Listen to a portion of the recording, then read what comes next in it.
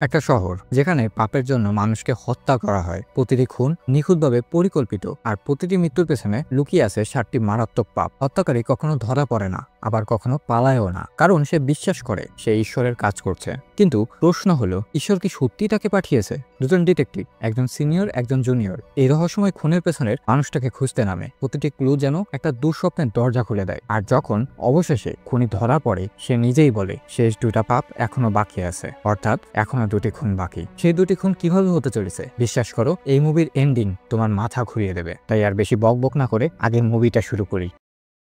গল্পের শুরুতে দেখা যায় এক ডিটেকটিভ যার নাম সোমারসেট। সে 6 দিন পর অবসর নেবে। তখন সে একটি কেস তদন্ত করছে। ঠিক তখনই শহরে আরেকজন ডিটেকটিভ আসে যার নাম মিলস, আর সে সোমারসেটের সঙ্গে যুক্ত হয়। এরপর তাদের সামনে আসে এক খুনের ঘটনা। ওরা যখন ঘটনাস্থলে পৌঁছায়, দেখে একজন খুব মোটা মানুষ খুন হয়েছে। তার মুখ একটা খাবারের বাটির মধ্যে, যেখানে এখনো খাবার রয়েছে। তার হাত পা শক্ত করে বাঁধা। এটা দেখে দুজনেই বুঝতে পারে না আসলে কি ঘটেছে। এদিকে সোমারসেটের সিনিয়রটাকে বলে, তুমি তো অবসর নিতে যাচ্ছ, এই কেস নিয়ে মাথা খামিও না। মিলস এই কেস নেবে, কিন্তু সোমারসেট তবুও কেসটা নিজের হাতে নিতে চায়, কারণ সে মনে করে মিলস এখনো এই ধরনের জটিল কেসের জন্য যথেষ্ট অভিজ্ঞ নয়। যখন পোস্টমর্টমের রিপোর্ট আসে, তখন জানা যায় ওই মানুষটিকে ঘন্টার পর ঘন্টা জোর করে খাওয়ানো হয়েছে। এতটাই খাওয়ানো হয়েছে যে তার গলা শুকিয়ে গেছে আর তার পেট ভেতর থেকে ফেটে গেছে। এই কারণেই তার মৃত্যু হয়েছে। ঘটনাস্থলে সুপারমার্কেটের কিছু বিলও পাওয়া যায়, যেগুলো থেকে বোঝা যায় খুনি সুপারমার্কেট থেকে কিছু জিনিস কিনে এনেছিল। সিনিয়র অফিসার ভাবে এ তো একটা সাধারণ খুন, কেউ মোটা মানুষটাকে ঘৃণা করতো তাই মেরে ফেলেছে। কিন্তু সোমারসেট এই কেসটা গুরুত্ব দিয়ে দেখতে থাকে।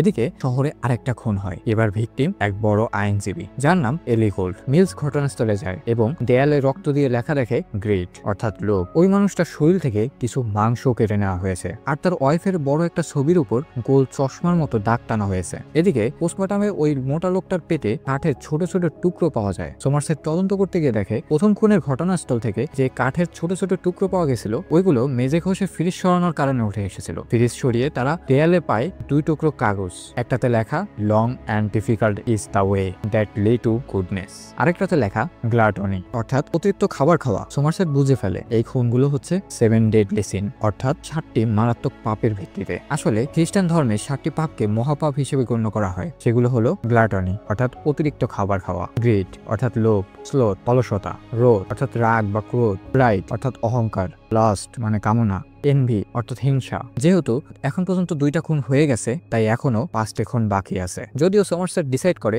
সে এই কেসের সঙ্গে আর যুক্ত হবে না, তবুও সে লাইব্রেরিতে গিয়ে এই বিষয়ে পড়াশোনা শুরু করে। অন্যদিকে মিলসও বিষয়টা নিয়ে খোঁজখবর নিতে থাকে। একদিন মিলসের স্ত্রী সোমারসেটকে ডিনারে আমন্ত্রণ জানায়। খাওয়ার শেষে সোমারসেট আর মিলস দুজনেই বসে খুনের ফটোগুলো দেখতে থাকে। সোমারসেট খেয়াল করে যে আইনজীবীর ওয়াইফের ছবিতে চশমার গোল চিহ্ন আঁকা হয়েছে, মানে হয়তো খুনি চেয়েছিল সে কিছু দেখুক বা এটা গুরুত্বপূর্ণ হতে পারে। তারপর তারা আইনজীবীর স্ত্রীর সঙ্গে দেখা করে।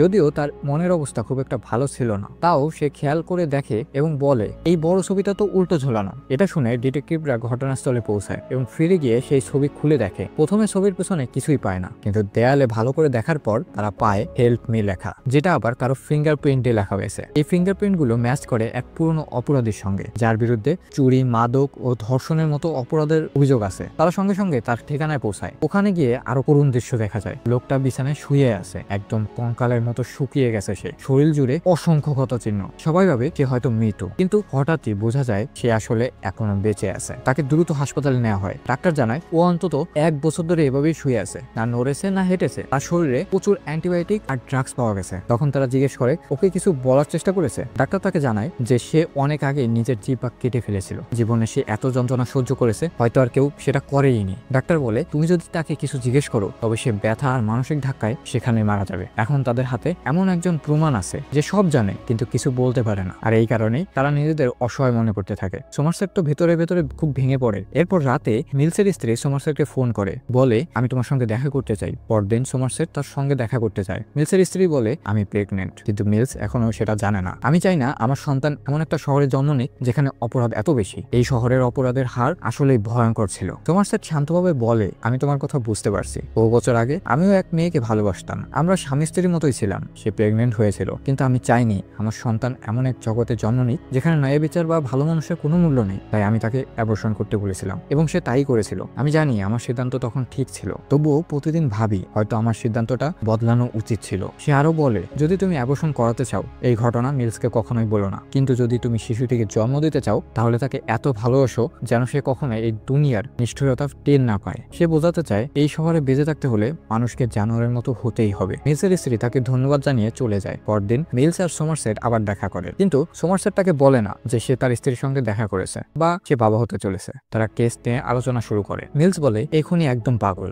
সোমারসেট উত্তর দেয়, না, সে পাগল না, সে খুবই ডিসিপ্লিন মানুষ, তার প্রতিটা পদক্ষেপ ভেবে নেওয়া। প্রথম খুনি সে আমাদের একটা বার্তা দিয়েছিল, রাস্তাটা দীর্ঘ, কঠিন, কিন্তু ভালো দিকে নিয়ে যায়। মিলস বলে হয়তো তার কাছে লাইব্রেরির কার্ড আছে এবং সে বই পড়ে, তাই বলে কি সে সাধু? এই কথার পর সোমারসেট কিছুক্ষণ ভাবে, তারপর বলে সরকার এমন সব লোকদের রেকর্ড রাখে যারা বিপজ্জনক বিষয়ের বই পড়ে, যেমন বোমা বানানো, অস্ত্র তৈরি কিংবা পাপ সম্পর্কের বই। তারা সেই লিস্ট সংরক্ষণ করে। লিস্টে একটি নাম দেখা যায়, জন ডো, যে লাইব্রেরি থেকে 7 ডেডলি সিনস এবং একই ধরনের বই নিয়েছিল। দুজনেই তার ঠিকানায় যায়, কিন্তু দরজা বন্ধ পায়। ঠিক তখনই করিডোরের সামনে একজন লোক আসে, তার হাতে কিছু ব্যাগ ছিল। সোমারসেট আর মিলস যখন তাকায় তখন এসে হঠাৎই বন্দুক বের করে গুলি ছোড়ে। সোমারসেট আর মিলস কোনো মতে বাঁচে, কিন্তু লোকটা পালিয়ে যায়। এখন তারা নিশ্চিত এটাই সেই খুনি, জন ডো। মিলস তার পিছনে এক জায়গায় পৌঁছে খুঁজতে খুঁজতে হঠাৎ জন ডো পেছন থেকে আক্রমণ করে। মিলসের বন্দুক পড়ে যায় আর জন ডো তার মাথায় বন্দুক ঠেকায়, কিন্তু তাকে না মেরে চলে যায়। তখনই সোমারসেট ঘটনাস্থলে আসে। এরপর তারা দুজনে জন ডোর ফ্ল্যাটে অভিযান শুরু করে। ভেতরে নানা রকম প্রমাণ পাওয়া যায়, একটি চামড়ার দোকানের বিল, একটা মেয়ের ছবি আর মিলসের কিছু ছবি। মিলসের তখন মনে পড়ে কেস তদন্তের সময় একজন ফটোগ্রাফার এসেছিল যে তার ছবি তুলেছিল। এখন সে বুঝতে পারে সেই ফটোগ্রাফারই জন ডো। এরপর তারা তার স্কেচ তৈরি করে এবং নিশ্চিত হয় হ্যাঁ, খুনি এই জন ডোই। তখন হঠাৎ ফোন বেজে ওঠে। ফোন ধরতেই তারা জন ডোর কণ্ঠ শুনতে পায়। সে বলে, তোমরা দারুণ কাজ করেছো, আমার বাড়ি খুঁজে পেয়েছো। দুঃখিত তোমাদের একজনকে আঘাত করতে হয়েছে, কিন্তু আমার সেই ইচ্ছা ছিল না। এখন আমি আমার সব পরিকল্পনা বদলে ফেলবো। তারপর সে ফোনটা কেটে দেয়। এরপর ডিটেকটিভরা সেই চামড়ার দোকানে যায় যার বিল জন ডোর বাড়িতে পাওয়া গেছিল। দোকানদার জানায় জনের ঘরে যে মেয়ের ছবি ছিল সে একজন পতিতা। এরপর সোমারসেট আর মিলস সেই মেয়েটার ঠিকানায় যায়, কিন্তু দেখে মেয়েটিকে নির্মমভাবে খুন করা হয়েছে এবং দেয়ালে লেখা লস্ট, অর্থাৎ কামনা। জন ডো নিজে এই খুনটি করেনি, বরং অন্য এক ব্যক্তিকে বন্দুক ঠেকিয়ে বাধ্য করেছে প্রতিটা মেয়েটাকে হত্যা করতে। এই মুহূর্তে এসে ডিটেকটিভদের মাথাই নষ্ট হয়ে যায়। তারা কিছু বুঝতেই পারছে না। জন ডোকে তারা চেনার পরও তাকে থামাতে পারছে না। পরদিন আবার ফোন আসে পুলিশ স্টেশনে। এটাও জন ডোর কলই ছিল। সে বলে, আমি আমার কাজ শেষ করেছি, এবার ভিকটিম এক মডেল। সোমারসেট আর মিলস ঘটনাস্থলে পৌঁছে গিয়ে দেখে সেই মডেলের মুখ বিকৃত করে দেওয়া হয়েছে। এক হাতে ফোন, আরেক হাতে ঘুমের ওষুধের বোতল।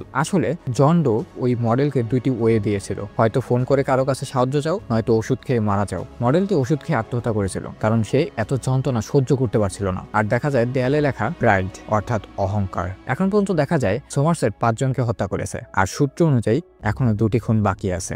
এরপর সোমারসেট আর মিলস দুজনেই থানায় ফিরে আসে। আর তখনই একটা অবাক করা ঘটনা ঘটে। জন ডো নিজেই থানায় হাজির হয়। তার শরীরে রক্ত লেগে আছে। সে শান্তভাবে আত্মসমর্পণ করে এবং বলে, আমি আমার আইনজীবীর সঙ্গে কথা বলতে চাই। এরপর আইনজীবী এসে বলে জন ডো আরো 2টি খুন করেছে। আইনজীবী সোমারসেট আর মিলসকে বলে, তোমাদের দুজনকে সেই লাশগুলো কাছে নিয়ে যেতে চায় সে। যদি তোমরা তার সাথে না যাও তাহলে সে নিজেকে মানসিক রোগী বলে ঘোষণা করবে এবং আইন তাকে ছেড়ে দিতে বাধ্য হবে। কিন্তু যদি তোমরা তার সঙ্গে যাও সে পুরো ঘটনার স্বীকারোক্তি দেবে। সোমারসেট আর মিলস এবার রাজি হয়ে যায়, কারণ তাদের কাছে আর কোনো অপশনই ছিল না। এখন পর্যন্ত 5টা পাপের শাস্তি দেওয়া হয়েছে। গ্লাটনি অর্থাৎ অতিরিক্ত খাবার খাওয়ার জন্য, গ্রিড অর্থাৎ লোভের জন্য, স্লোথ অলসতার জন্য, লাস্ট অর্থাৎ কামনার জন্য, প্রাইড অহংকারের জন্য। বাকি আছে 2টো, এনভি অর্থাৎ হিংসা আর রোধ মানে ক্রোধ বা রাগ। সে 2টি খুন কিভাবে হতে চলেছে এটা আমরা আগে জানতে পারবো। জন শান্তভাবে বলে, আমি যাদের মেরেছি তারা সবাই মৃত্যুর যোগ্য ছিল। এরপর 3 জন একটা নির্জন জায়গায় পৌঁছালো। দূরে হেলিকপ্টার থেকে একটা পুলিশের ব্যাকআপ টিম তাদের ফলো করছিল। তখন দূর থেকে দেখা যায় একটা ভ্যান আসছে। সোমারসেট বন্দুক তাক করে সেই ভ্যানের ড্রাইভারকে নামায়। ড্রাইভার বলে, আমি একজন কুরিয়ার বয়। জন ডো নামের একজনের জন্য একটা পার্সেল এসেছে এবং সে আমাকে বলেছে ঠিক এই টাইমেই এখানে পার্সেলটা ডেলিভারি করতে। এরপর সেই ড্রাইভার বক্সটা রেখে চলে যায়। তারপর সোমারসেট যখন বক্সটা খুলে ভেতরে তাকায়, মুহূর্তে সে ভয়ে কেঁপে ওঠে। সে ছুটে গিয়ে চিৎকার করে, মিলস তোমার বন্দুক নিচে রাখো। এদিকে জন ডো শান্তভাবে বলে, মিলস, আমি তোমার বিবাহিত জীবন দেখে তোমার প্রতি হিংসা করতাম, তাই আমি তোমার স্ত্রীকে মেরে ফেলেছি। ওই বক্সে তার মাথা আছে আর সে প্রেগনেন্ট ছিল। সে তার সন্তানের জন্য আমার কাছে মিনতি করেছিল, কিন্তু আমি তাকেও মেরে ফেলেছি। মুহূর্তেই মিলসের পুরো দুনিয়া উল্টে যায়। মিলস কিছু বুঝতে পারছে না আসলে কি হচ্ছে এখানে। মিলস সোমারসেটের দিকে তাকিয়ে বলে, এটা কি সত্যি? ও কি বলছে এইসব? ওই বক্সের ভিতরে কি ছিল? সোমারসেট তখন আর কিছুই বলে না, সে শুধু চুপ করে থাকে। মিলস তাকে দেখে বুঝে যায় জন্ড সত্যিই বলছে। তারপর জন্ড আবার বলে, আমার পাপ ছিল হিংসা, অর্থাৎ এনভি। আমি তোমার জীবনের প্রতি হিংসা করেছিলাম, আর এই হিংসার কারণেই তোমার স্ত্রীকে হত্যা করতে হয়েছে। সে মিলসকে বলে, এখন তুমি তোমার প্রতিশোধ নাও, তোমার রাগ বের করো। সোমারসেট মিলসকে থামানোর চেষ্টা করে। সোমারসেট বলে, এটা করো না মিলস, তুমি যদি এখন কাউকে হত্যা করো তাহলে তোমাকেও শাস্তি পেতে হবে। আর জন্ড সেটাই চায়, তুমি যদি ওকে গুলি করো তাহলে ও জিতে যাবে। কিন্তু মিলস নিজেকে কোনোভাবেই সামলাতে পারে না, তার পুরো দুনিয়া শেষ হয়ে গেছিল, কারণ জন্ড তার প্রেগনেন্ট স্ত্রীকে হত্যা করেছে। শেষমেশ মিলস রাগে গুলি চালিয়ে দেয় এবং জন্ড সেখানেই মারা যায়। এভাবেই জন্ড তার পরিকল্পনায় সফল হয় নিজের মৃত্যুর মাধ্যমে। কারণ 7 নম্বর পাপটা ছিল রোধ, অর্থাৎ রাগ বা ক্রোধ। এই পাপটা মিলসের মাধ্যমে সে সম্পূর্ণ করলো। সে তার নিজের মৃত্যুর মাধ্যমে এনভি অর্থাৎ হিংসার পাপটা সম্পূর্ণ করেছে, আর তাতে সে সফলও হয়েছে। এভাবেই জন্ড তার লক্ষ্য পূরণ করে ফেলে। এরপর মিলসকে পুলিশ গ্রেপ্তার করে নিয়ে যায়। সোমারসেটের সিনিয়র তার কাছে এসে জিজ্ঞেস করে, এখন তুমি কোথায় যাবে? কারণ তার অবসর নেওয়ার সময় এসে গেছে। আগে সে বলেছিল আমি এই শহর থেকে অনেক দূরে চলে যাব, কিন্তু এবার সোমারসেট বলে আমি এখানেই আশেপাশে থাকবো। তারপর সে আরেকটা কথা বলে, একজন লেখক বলেছিল এই পৃথিবী সত্যিই সুন্দর, কিন্তু এর জন্য লড়াই করাটাও জরুরি। আর আমি লেখকের কথার দ্বিতীয় অংশের সঙ্গে একমত। অর্থাৎ সে বোঝাতে চায় যদিও সে অবসর নিচ্ছে, তবুও অপরাধের বিরুদ্ধে সে সবসময় লড়ে যাবে। এবং এই গল্পটা এখানেই শেষ হয়। এই সিনেমাটি মুক্তি পায় 1995 সালে। আজও মানুষ এই সিনেমাটির তার অবিশ্বাস্য এন্ডিং এর জন্য মনে রাখে। আশা করি তোমার এই সাসপেন্স থ্রিলার গল্পটি ভালো লেগেছে। যদি ভালো লেগে থাকে তাহলে আমি তোমাকে সাজেস্ট করব দ্বিতীয় বিশ্বযুদ্ধের এক সোলজারের কাহিনী নিয়ে নির্মিত একটা সিনেমা দেখতে, যেটা আমি অলরেডি এক্সপ্লেন করেছি। আশা করি সেই মুভিটাও তোমার ভালো লাগবে। দেখা হচ্ছে পরবর্তী কোনো ভিডিওতে। ততক্ষণ পর্যন্ত টাটা।